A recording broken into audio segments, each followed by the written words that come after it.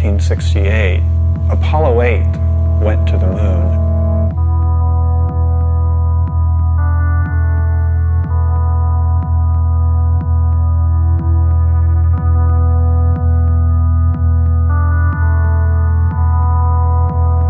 They didn't land, but they did circle the moon. And I was watching it on television, and at a certain point, one of the astronauts casually said, "We're going to turn the camera around and show you the Earth." And he did. And that was the first time I had ever seen the planet hanging in space like that. And it was profound. I think that for me, like for many other people, it was quite a shock.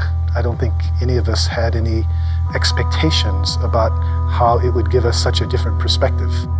I think the focus had been, we're going to the stars, we're going to the other planets, and suddenly we look back at ourselves and it seems to imply a new kind of self-awareness. One of the astronauts said, when we originally went to the moon, our total focus was on the moon. We weren't thinking about looking back at the Earth. But now that we've done it, that may well have been the most important reason we went.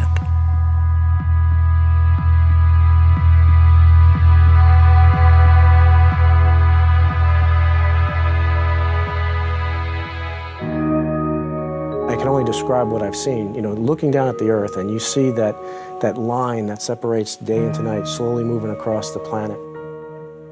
Thunderstorms on the horizon casting these long shadows as the sun sets. And then watching the Earth come alive. And you see the lights from the cities and the towns. The events you see from space, like flying over thunderstorms, looking at them from the top, were spectacular. Like a fireworks show going on, and you're looking at it from the very top. You know, shooting stars going below us, or you know, dancing curtains of auroras. It's just very hard to describe all the, you know, the colors, the beauty, the motion.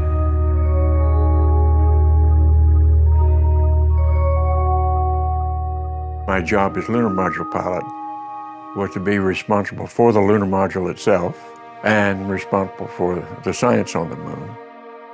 So when we started home, I had a little more time to look out the window than the other guys because most of my responsibilities were completed. We were in a particular mode called the barbecue mode. So we were flying like this and rotating like that. What that caused to happen was every 2 minutes, a picture of the Earth, the moon, the sun, and a 360-degree panorama of the heavens appeared in the spacecraft window. And I had studied astronomy and I had studied cosmology and fully understood that the molecules in my body and the molecules in my partner's bodies and in the spacecraft had been prototyped in some ancient generation of stars. In other words, it was pretty obvious from those descriptions we're stardust.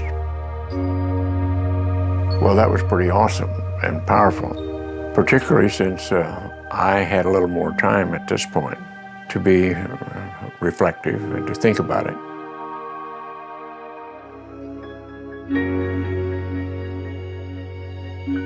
When we look down at the Earth from space, you know, we see this amazing, indescribably beautiful planet. It looks like a living, breathing organism, but it also, at the same time, looks extremely fragile. Because you go outside on a clear day and it's the big blue sky, and it's like it goes on forever, right? And how could we possibly, you know, put enough stuff into it to fill it up with things that really change it? And yet, you see it from space, and it's this thin line which is just barely hugging the surface of the planet.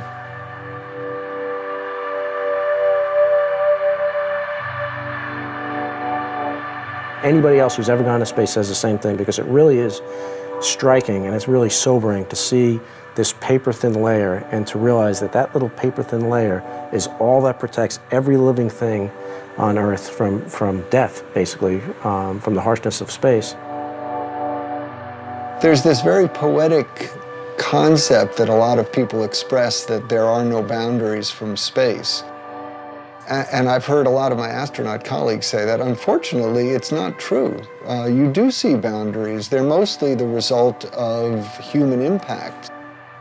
You can see erosion, clear cutting of forests, and it's a long litany of environmental impact that we've had on our planet, and that's something which, when you see it from a cosmic perspective, makes you really appreciate the concept of Spaceship Earth and that we're all here together.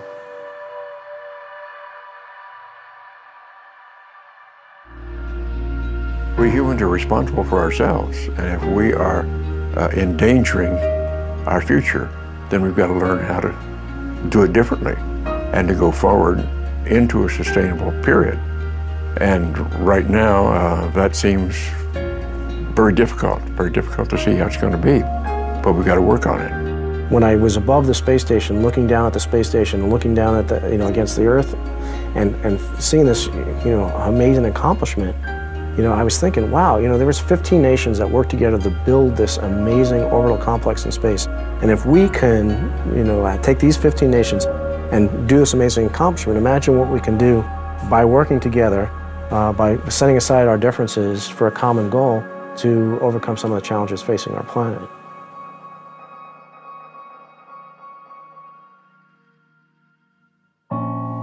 We have this connection to Earth. I mean, it's our home.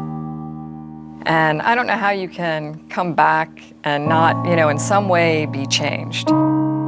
It may be subtle. You see differences in, different people and the just general response when they come back from space. But I think collectively, everybody has that emblazoned on their memories, the way the planet looks. You can't take that lightly. It really, you realize that you've been blessed by the opportunity to see that. It really does look like this beautiful oasis out in the middle of nothingness. If you have a chance for your eyes to adjust and you can actually see the stars in the Milky Way, it's this oasis against the backdrop of infinity, of this just, enormous universe behind it. And it's, really a very moving experience to be able to see that with your eyes. You look back at it and it's placed perfectly from the sun to take care of us, and you kind of take that reverse role on about, okay, well, we need to be taking care of it too, so that it can continue to do that for us. And I don't know how you can't have a greater appreciation for it after you see it that way.